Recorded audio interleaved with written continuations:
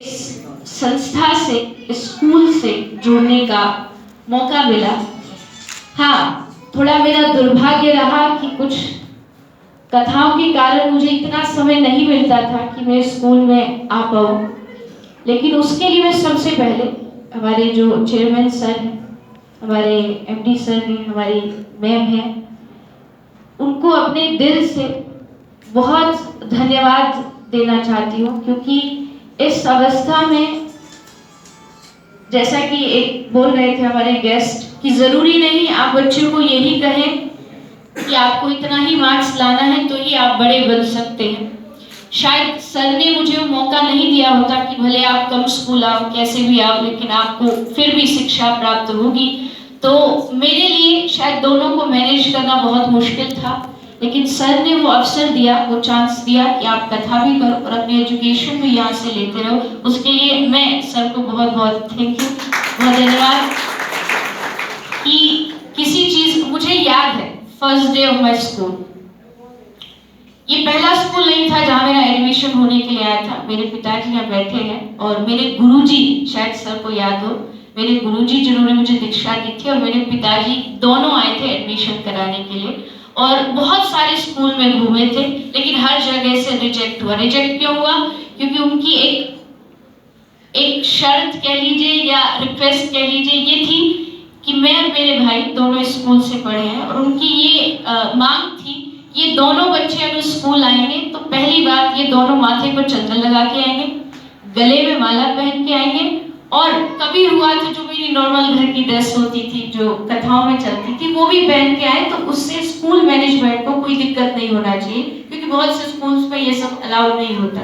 तो हर जगह से स्कूल से कहीं ना कहीं यही होता था कि नहीं, हम ये अलाउ नहीं कर सकते।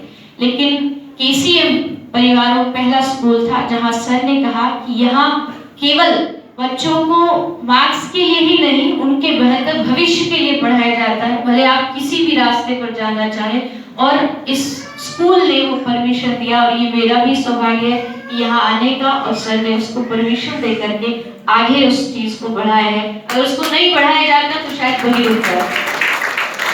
तो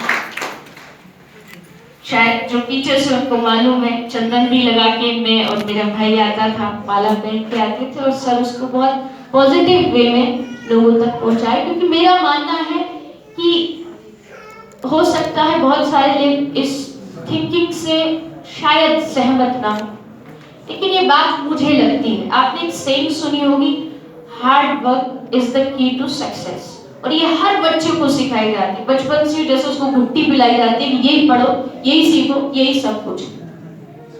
और बहुत से लोगों का एक बिलीव होता है कि hard work is the key to success, पर मेरा मानना थोड़ा सा अलग है। मुझे नहीं लगता कि hard work is the key to success. Hard work तो सड़क पर एक रिक्शा चलाने वाला भी करता है, और बहुत ज्यादा करता है, हमसे कहीं ज्यादा करता है, सफल नहीं हो पाता है। क्योंकि हार्ड वर्क से सफलता मिले ना मिले, लेकिन ये बात बिल्कुल सच है कि interesting work is the key to success. अगर आप इंटरेस्ट के साथ कर रहे हैं, भले आप रिक्शा भी इंटरेस्ट के साथ चला रहे हो, तो आप जीवन में सफलता जरूर प्राप्त करते हैं। अगर आपको उस चीज के प्रति रुचि, अगर आपको उसके प्रति इंटरेस्ट है। आप शादियों में हम जाते हैं, शादी का सीजन चला हुआ है, तो शादी में 2-3 घंटे नाचते, खूब नाचते, और उस पर कभी थकते नहीं।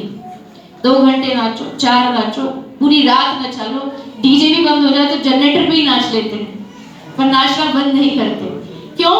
क्योंकि वहां हमको एक इंटरेस्ट होता है, एक उत्साह होता है कि हमें नाचना है, जबकि वो हार्ड वर्क है। और वही हार्ड वर्क आपको कोई गड्ढा खोदने दे दे तो वो 5-10 मिनट में हम थक जाएंगे, परेशान हो जाएंगे। तो जिस चीज में हमारा इंटरेस्ट होगा, भले वो आपका किसी भी फील्ड में इंटरेस्ट हो, आपके बच्चे का किसी फील्ड में इंटरेस्ट हो, अगर आप उस तरफ उस बच्चे को पहुंचाते हैं तो वो जरूर सफल होगा ही होगा। क्योंकि education is basically about enlarging the Horizons of human perception. कोई पूछे एजुकेशन क्या है, 2+2 = 4। मेरी थिंकिंग में एजुकेशन नहीं है, it is just an information जो आपको आप तक पहुंचाई जा रही है।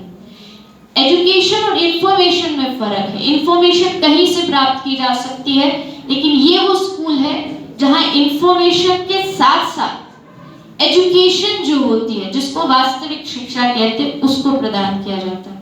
एक छोटी सी कहानी, उसके बाद खत्म, क्योंकि आप पहले ही बहुत देर से बैठे हैं। एक कोई गांव का किसान पानी में नाव चलाते हुए जा रहा था। बहुत अनपढ़ था, कोई उसने पढ़ाई लिखाई नहीं की, वो जा रहा था नाव में। तो दो चार उसके कोई विदेश से दो चार नव युवक बढ़ के आए और उसकी नाव में बैठे। तो जो थोड़ा ज्यादा पढ़ा होता है या जिसको जिस चीज के बारे में थोड़ा ज्यादा नॉलेज होती है, वो थोड़ा अपना शो ऑफ कह लीजिए वो करता है। तो वो तीनों बैठे थे, उन्होंने गांव के उस आदमी से पूछा, अच्छा भैया ये बता, तुझे मालूम है दुनिया में कितने देश हैं? तो उस आदमी ने हंसते हुए कहा, अरे साहब कैसी बात करते, दुनिया में कितने देश हैं, हम तो कभी अपने गांव से बाहर नहीं गए, हमको क्या पता कितने देश हैं। तो उन बच्चों ने, उन लोगों ने कहा कि तुझे ये नहीं पता कितने देश हैं? बोले नहीं साहब नहीं पता। बोले फिर तो तेरा जीना ही बेकार है, तुझे इतना नहीं पता। दूसरा बोला, तुझे ये पता है विलियम शेक्सपियर कौन था? फिर से वो घबरा, उसने कहा साहब ये कौन सी बला है? उसने कहा तुझे विलियम शेक्सपियर नहीं पता? उसने कहा साहब हमको तो नहीं पता। बोले फिर तो तेरा जीना ही बेकार है। फिर तीसरे ने पूछा, तुझे इंग्लिश आती है? उसने कहा साहब हम तो कभी स्कूल नहीं गए। बोले फिर तो तेरा जीना ही बेकार। उसने कहा ठीक है, जैसी आपकी मर्जी। थोड़ी देर बाद नदी में तूफान आया, और जैसे तूफान आया नदी हिली, नाव डगमगाई। अब एक दूसरे का चेहरा देख रहे। नाव वाले ने उससे कहा, भैया तैरना आता है? अब एक दूसरे की शक्ल देखे देखे कर रहे। बोले तैरना वो क्या होता है? उस नाविक ने हंसते हुए कहा, अब तुम्हारा जीना बेकार। बांधा गमछा कमर में और डुबकी लगाई और सीधा पार। इस छोटी सी कहानी का बस इतना सा मतलब है, आप नॉलेज कहीं से इकट्ठा कर सकते हैं। बहुत सारी इस टेक्नोलॉजी भरी दुनिया में बहुत रास्ते हैं जहां आप ज्ञान इकट्ठा कर सकते हैं, लेकिन जो जीवन की मौलिक जो चीजें हैं, अगर वो शिक्षा के साथ नहीं जुड़ेंगी तो वो शिक्षा कहीं ना कहीं अधूरी रह जाती है। भले ही कितने भी बड़े बड़े टेररिस्ट अटैक होते हैं, उसमें कोई अनपढ़ नहीं होता, सब पढ़े लिखे होते हैं।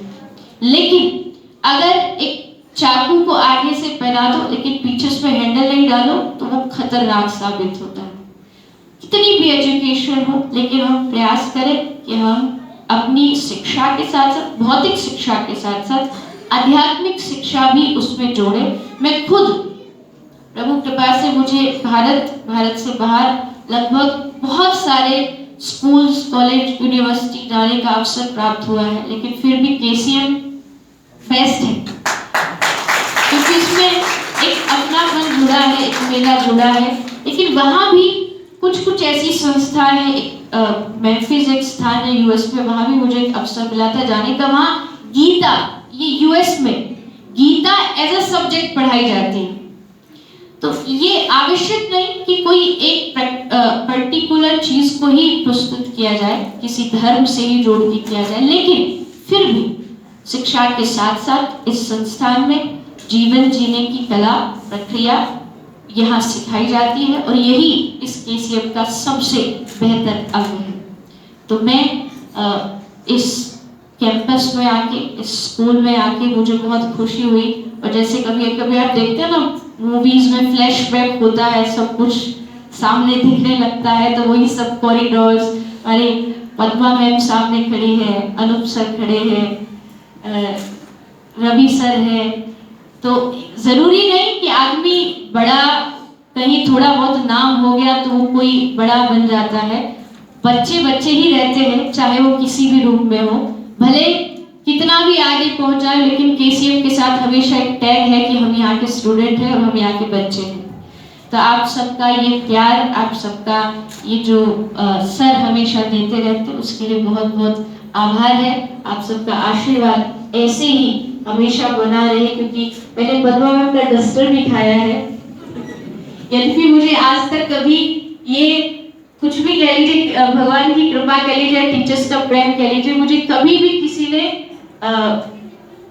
कोई जो मारते हैं, कोई पढ़ाई के लिए कभी मारा नहीं, पर एक क्लास में बच्चे शोर मचा रहे थे तो मैंने सबको खड़ा किया, सब खड़े लगे। और ये इनकी न्याय की बहुत बड़ी बात है कि किसी भी बच्चे को छोटा बड़ा ना समझ के एक एक डस्टर उन्होंने सब में लगाया।